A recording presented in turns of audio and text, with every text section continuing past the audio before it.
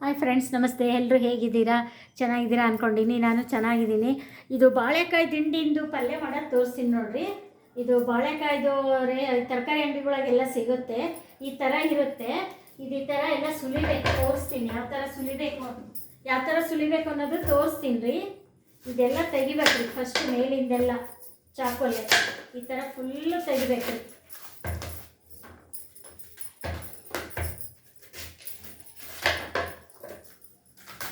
ಈ ಥರ ಫುಲ್ ಇದೆಲ್ಲ ವೇಸ್ಟ್. ಇದೆಲ್ಲ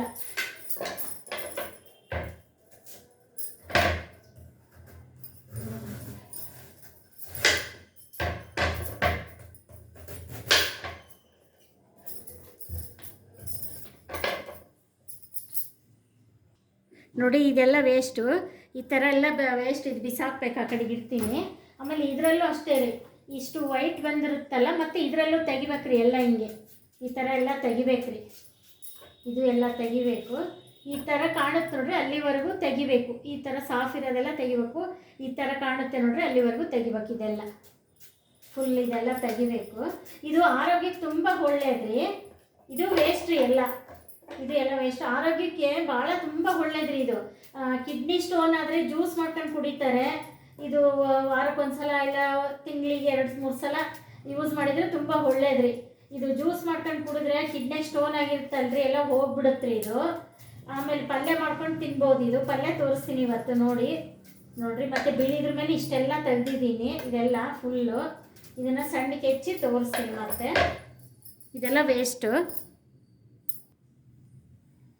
ನೋಡಿ, ಒಂದು ಚಿಟಿಕೆ ಉಪ್ಪು ಹಾಕ್ತೀನಿ, ಒಂದು ಅರ್ಧ ಸ್ಪೂನು ತೊಳಿಲಿಕ್ಕೆ.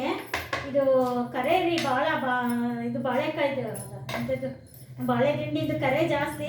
ಬಟ್ಟೆ ಬಡಿಸ್ಕೊಂಡಂಗೆ ಹುಷಾರಾಗಿ ಹೆಚ್ಕೋಬೇಕ್ರಿ. ಇಷ್ಟು ಸಣ್ಣಕ್ಕೆ ಹೆಚ್ಚಿದ್ದೀನಿ ನೋಡಿ. ಇವಾಗ ಉಪ್ಪಿನ ನೀರಾಗಿ ಹಾಕಿದ್ದೀನಿ. ನಾನು ಡ್ರೈ ಪಲ್ಯ ಮಾಡ್ತೀನಿ. ನೆಂಚ್ಕೊಳಕ್ಕೆಲ್ಲ ಆಗುತ್ತೆ. ಚೆನ್ನಾಗಿ ಕಿವುಚಿ ತೊಳಿಬೇಕ್ರಿ. ಉಪ್ಪಿಂದ್ರಾಗೆ ಬಿಟ್ಟರೆ ಬೆಳ್ಳಗಾಯ್ತು ನೋಡಿ. ಬಟ್ಟೆ ಬಡಿಸ್ಕೋಬೇಡಿ, ಇದು ಕರೆ ಭಾಳ ಆಗುತ್ತೆ. ಇದು ಒಗ್ಗರಣೆ ಏನೇನು ಬೇಕು ಅಂದರೆ ಈರುಳ್ಳಿ, ಮೆಣಸಿನ್ಕಾಯಿ, ಈರುಳ್ಳಿ, ಕರಿಬೇವು, ಹಸಿ ಕೊಬ್ಬರಿ, ಕೊತ್ತಂಬರಿ, ಮಾಮೂಲಿ ಇನ್ನೇನು ನಿಂಬೆಹಣ್ಣು, ಉಪ್ಪು ಅದೆಲ್ಲ ಒಗ್ಗರಣೆ ಹಾಕ್ತೀನಿ. ಇವಾಗ ನೋಡಿ, ಸ್ವಲ್ಪ ಎಣ್ಣೆ ಹಾಕಿದ್ದೀನಿ.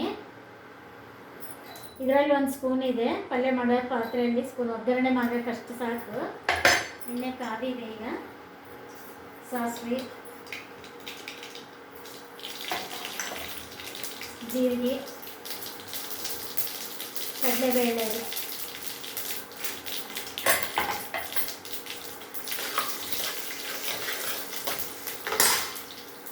ಮತ್ತು ಕರಿಬೇವು,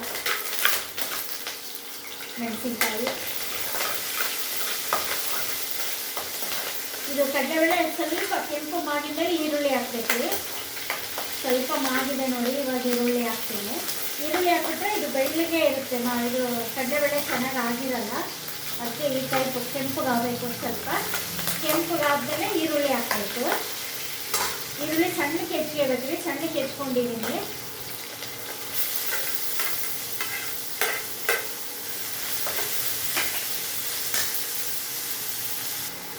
ನೋಡಿ, ಮತ್ತೆ ಇಷ್ಟು ಬಂದಿದೆ. ಎಲ್ಲ ಇಷ್ಟು ಮೇಲಿನ ತೆಗೆದ್ಮೇಲೆ ಮತ್ತೆ ಇಷ್ಟೆಲ್ಲ ಇದೆಲ್ಲ ತೆಗಿಬೇಕ್ರಿ, ಬೆಳ್ಳಂದೆಲ್ಲ.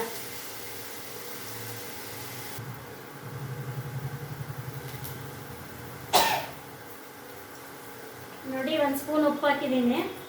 ಒಗ್ಗರಣೆ ಆಗಿದೆ. ಆಮೇಲೆ ಒಂದು ಸ್ವಲ್ಪ ಅರಿಶಿನ,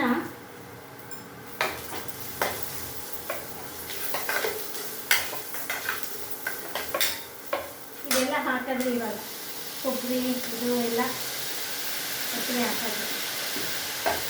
ಲಾಸ್ಟಿಗೆ ಕೊತ್ತಂಬರಿ ಹಾಕಿ, ಕೊತ್ತಂಬರಿ ನಿಂಬೆಹಣ್ಣು ಲಾಸ್ಟಿಗೆ ಹಾಕೋದು. ಒಂದು 5 ನಿಮಿಷ ಮಾಡಿಸಿದ್ರೆ ಇದು ನೆಂಚ್ಕೊಳ್ಳೋಕೆ ಹಂಗೆ ಚೆನ್ನಾಗಿರುತ್ತೆ. ಊಟದ ಜೊತೆಗೆ ಚಪಾತಿಗೂ ಚೆನ್ನಾಗಿರುತ್ತೆ. ಚಪಾತಿ ಆಮೇಲೆ ಹಸಿದು ಹಂಗೆ ತಿನ್ಬೋದು. ಇದು ಸೌತೆಕಾಯಿ ತಿಂದಂಗೆ ಕೋಸಂಬರಿ ಮಾಡ್ಕೋಬೋದು. ಇದನ್ನು ಸಣ್ಣಕ್ಕೆ ಹೆಚ್ಚಿಬಿಟ್ಟು ಇದು ನಾನು ಊಟಕ್ಕೆ ನೆಂಚ್ಕೊಳ್ಳೋಕ್ಕೆ ಚಪಾತಿ ಅಂತ ಈ ಥರ ಮಾಡ್ಕೊಂಡೀನಿ. ದಪ್ಪ ಹೆಚ್ಕೊಂಡೀನಿ. ನೀವು ಸೌತೆಕಾಯಿ ಕೋಸಂಬರಿ ಮಾಡಬೇಕಲ್ಲ, ಅದೇ ಥರನೇ ಇದು ಮಾಡ್ಬೋದು. ಸಣ್ಣಕ್ಕೆ ಹೆಚ್ಕೊಂಡು ಇದಕ್ಕೂ ಬೇಳೆ ಎಲ್ಲ ಹಸಿರು ಬೇಳೆ ನೆನೆ ಇಟ್ಟು ಕಾಯಿ ಎಲ್ಲ ಹಾಕಿದರೆ ಹಸಿದು ಹಂಗೆ ತುಂಬ ಚೆನ್ನಾಗಿರುತ್ತೆ ಕೋಸಂಬರಿದು. ಇದು ನಾನು ಚಪಾತಿ ಮಾಡ್ಕೊತಾ ಇದ್ದೀನಿ. ಈ ಥರ ನೀರೇನು ಹಾಕಲ್ಲ, ಸ್ವಲ್ಪ ಸುಮ್ಮನೆ ಹಿಂಗೆ ಹಾಕ್ಸೋದು.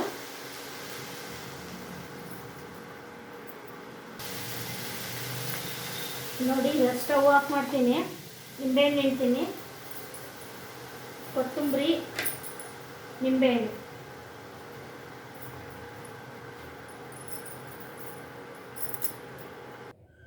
ನೋಡಿ ಈ ಥರ ನೀವು ಮಾಡ್ಕೊಳ್ಳಿ. 5 ನಿಮಿಷಕ್ಕೆ ಆಗ್ಬಿಡುತ್ತೆ ಇದು ಪಲ್ಯ. ಸೇಮ್ ಆಲೂಗಡ್ಡೆ ಪಲ್ಯ ಡ್ರೈ ಪಲ್ಯ ಮಾಡ್ದಂಗೆ ಆಯಿತು, ನೀರು ಹಾಕಂಗಿಲ್ಲ. ತುಂಬ ಚೆನ್ನಾಗಿದೆ, ಆರೋಗ್ಯಕ್ಕಂತೂ ತುಂಬ ಒಳ್ಳೆಯದು.